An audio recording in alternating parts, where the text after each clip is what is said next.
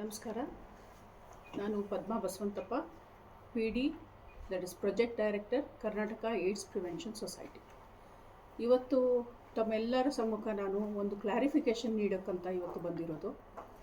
ಕೆಲವೊಂದು social media ಹಾಗೂ ಕೆಲವೊಂದು ನ್ಯೂಸ್ ಪೇಪರ್ಗಳಲ್ಲಿ ಒಂದು ತಪ್ಪು ಮಾಹಿತಿ ನಮ್ಮ men having sex with men, ಸಹಲಿಂಗ ಕಾಮದ ಬಗ್ಗೆ ತಪ್ಪು ಮಾಹಿತಿ ಹರಡಾಡ್ತಿರೋದು ನಾವು ನೋಡಿದ್ವಿ.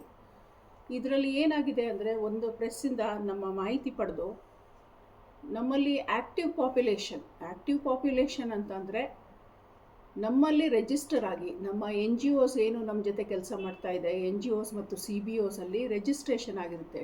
ಟಾರ್ಗೆಟೆಡ್ ಇಂಟರ್ವೆನ್ಷನ್ ಅನ್ನೋ ಒಂದು ಕಾರ್ಯಕ್ರಮದ ಅಡಿಯಲ್ಲಿ ನಮ್ಮಲ್ಲಿ ರಿಜಿಸ್ಟ್ರೇಷನ್ ಆಗಿರೋ ಅಂಥ men having sex with men ಅಂತ ಏನು ನಾವು ಕ್ಯಾಟಗರೈಸ್ ಮಾಡ್ತೀವಿ, ಆ ನಂಬರ್ನ ಪಾಸಿಟಿವ್ ಕೇಸಸ್ ಅಂತ ತಪ್ಪಾಗಿ ವಿತರಣೆ ಮಾಡಲಾಗ್ತಿದೆ. 2023-24ರಲ್ಲಿ 4581 ಪಾಸಿಟಿವ್ ಕೇಸ್ ಅಂತ ಹೇಳ್ತಾ ಇದ್ದಾರೆ. ಅದು ಪಾಸಿಟಿವ್ ಕೇಸ್ ಅಲ್ಲ, ಅದು ಆ್ಯಕ್ಟಿವ್ ಪಾಪ್ಯುಲೇಷನ್. ಆ ವರ್ಷದಲ್ಲಿ ಪಾಸಿಟಿವ್ ಕೇಸ್ ಅಂದರೆ 2023-24ರಲ್ಲಿ ನಮಗೆ HIV ಪಾಸಿಟಿವ್ MSM ಅಲ್ಲಿ ಮೆನ್ ಹ್ಯಾವಿಂಗ್ ಸೆಕ್ಸ್ ವಿತ್ ಮೆನ್ನಲ್ಲಿ ಇದ್ದದ್ದು 166 ಮಾತ್ರ. ಅದೇ ರೀತಿಯಲ್ಲಿ 2024-25ರಲ್ಲಿ ನಮ್ಮಲ್ಲಿ ಪಾಸಿಟಿವ್ ಕೇಸ್ ಇದ್ದಿದ್ದು 362 ಮಾತ್ರ. 2025-26ರಲ್ಲಿ ನಮ್ಮಲ್ಲಿ ಪಾಸಿಟಿವ್ ಬಂದಿರೋವಂಥ MSM ಕೇಸಸ್ 412 ಮಾತ್ರ.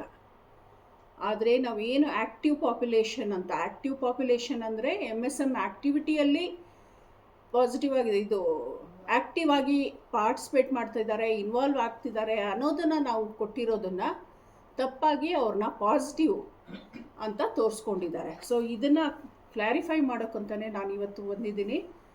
ಎಲ್ಲೇ ಸ್ಫೋಟ ಆಗೋ ರೀತಿಯಲ್ಲಿ ಕೇಸಸ್ ಹರಡ್ತಾ ಇಲ್ಲ, ಕೇಸಸ್ ಆಗ್ತಾ ಇದೆ. MSM ಕೇಸಸ್ ಆಗ್ತಾ ಇದೆ.